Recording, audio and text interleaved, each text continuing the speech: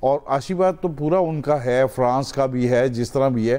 تو ایران اس وقت جو ہے وہ اس وقت جو مسلم ممالک ہیں وہ تو ساتھ دے رہے ہیں لیکن وربلی، لیکن جس طرح یہ جنگ ہے جس طرح، تو اس طرح یہ اگر یہ کریں گے، امریکہ کرے گا، بریٹن کرے گا، فرانس کرے گا، تو پھر یہ جنگ پھیلنے کا خدشہ ہے.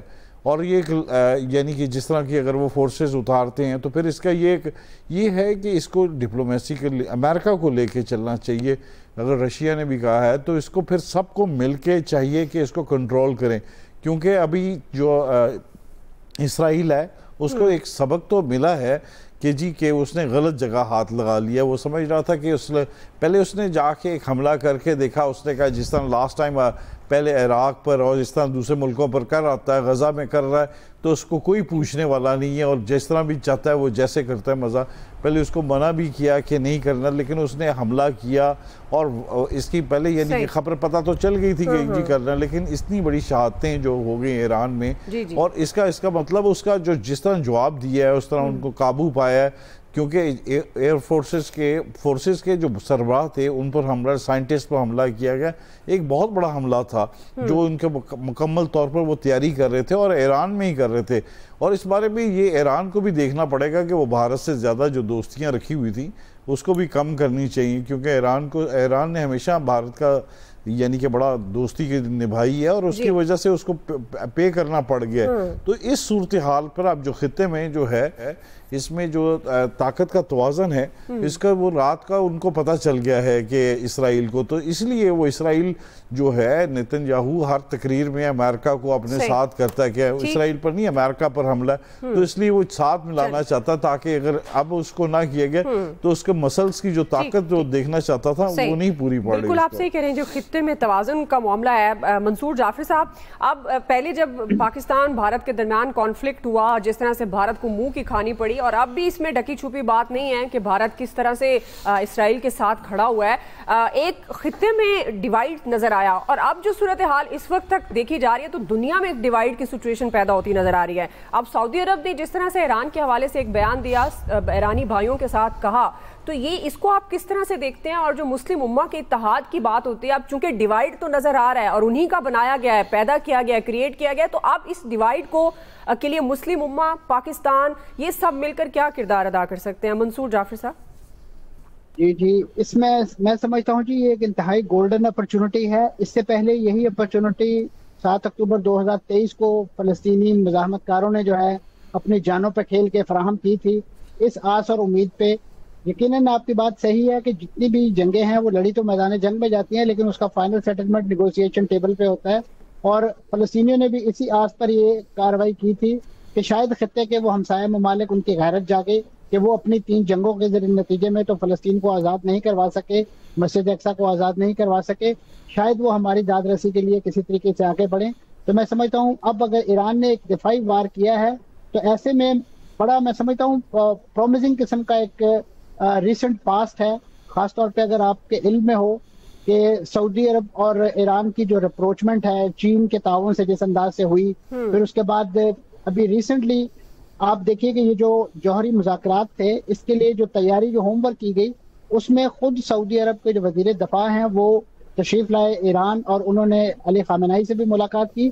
پھر انہی کا خصوصی پیغام لے کے متحدہ عرب امارات کے ذریعے جو ہے وہ اسرائیل اور امریکہ کو مذاکرات کے حوالے سے ایران کی آمادگی سے آگاہ کیا گیا. ان دونوں ملکوں کے ساتھ ماضی میں ایران کے تعلقات کو اتنے یعنی اچھے نہیں رہے، خاص طور پہ یو اے ای کے ساتھ، تو ان کے جزائر کے حوالے سے بھی تنازع چل رہا ہے.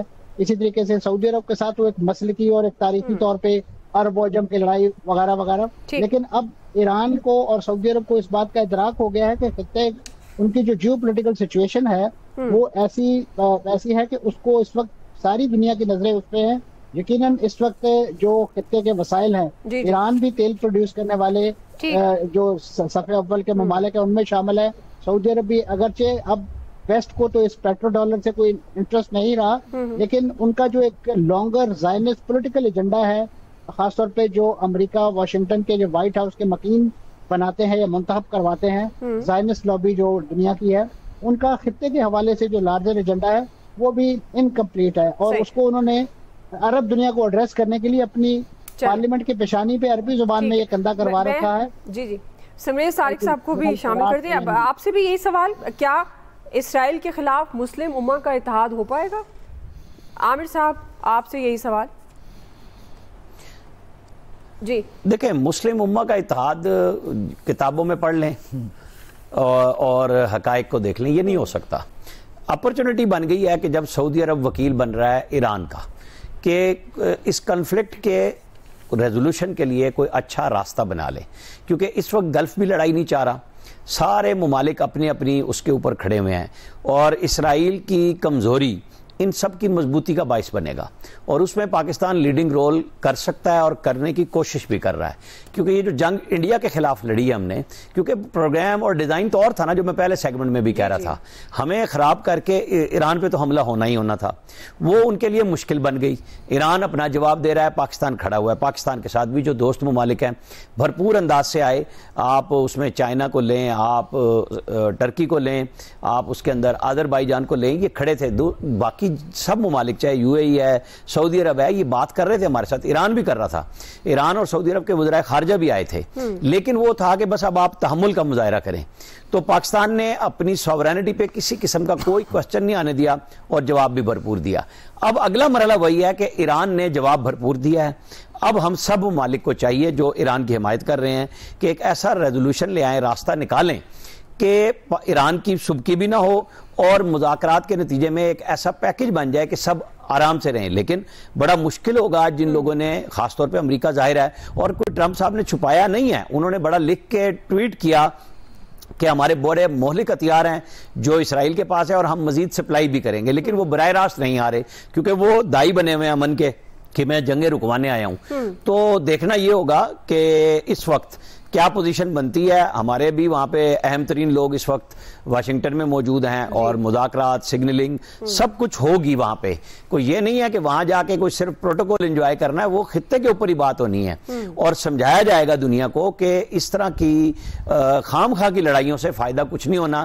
اگر آپ تجارت چاہ رہے ہیں تو تجارت کا راستہ لڑائی نہیں ہے, مذاکرات ہیں. جی الیاس صاحب اس پہ کامنٹ کر دیجیے گا. ایک تو یہ جو وہ عامر صاحب کی بات درست ہے کہ یہ کتابوں کی حد تک ہی ہے مسلم امہ کا اتحاد, لیکن اب وقت ہے کہ کوئی درمیانی راستہ مذاکرات کے ذریعے نکالا جا سکتا ہے. تو آپ اس کو کس طرح سے دیکھیں؟ دیکھیں جی, ادھر عرب ممالک کو چاہیے کہ صرف بیان بازی پہ نہ کریں, بلکہ ان کے تو تعلقات اچھے ہیں. ابھی ٹرمپ کا ابھی دورہ ان کے ممالک میں کر کے گیا, سعودیہ کے, قطر کے پاس, تو ظاہر ہے انہوں نے ٹیلی فون کیے. تو اب ظاہر ہے ان کو کھل کے کہنا چاہیے کہ جی وہ امت مسلمہ کو چاہیے کہ جی بالکل ان کے ساتھ جنگ بندی کروائیں, تاکہ ایک سیز فائر جو ہو ایک لیول پر ہو. یہ نہ ہو کہ ایران کو نیچے کر کے یا اس طرح کر کے, کیونکہ اس وقت جو آپ نے دیکھ لیا کہ ایران کا جو دوسرا سپیل تھا وہ ایسا معمولی نہیں تھا, اور انہوں نے منہ توڑ جواب دیا اسرائیل کو. آپ نے آج خود دیکھ کے وہ حیران ہو رہے ہیں کہ جس طرح ان کی بلڈنگیں ٹوٹی وغیرہ, جس طرح ان کے اسلحے کو. وقت ختم ہو گیا جی. آپ تمام مہمانوں کا بہت شکریہ. ٹرانسمیشن سے ابھی تک کے لیے اتنا ہی. خیال رکھیے. اللہ حافظ.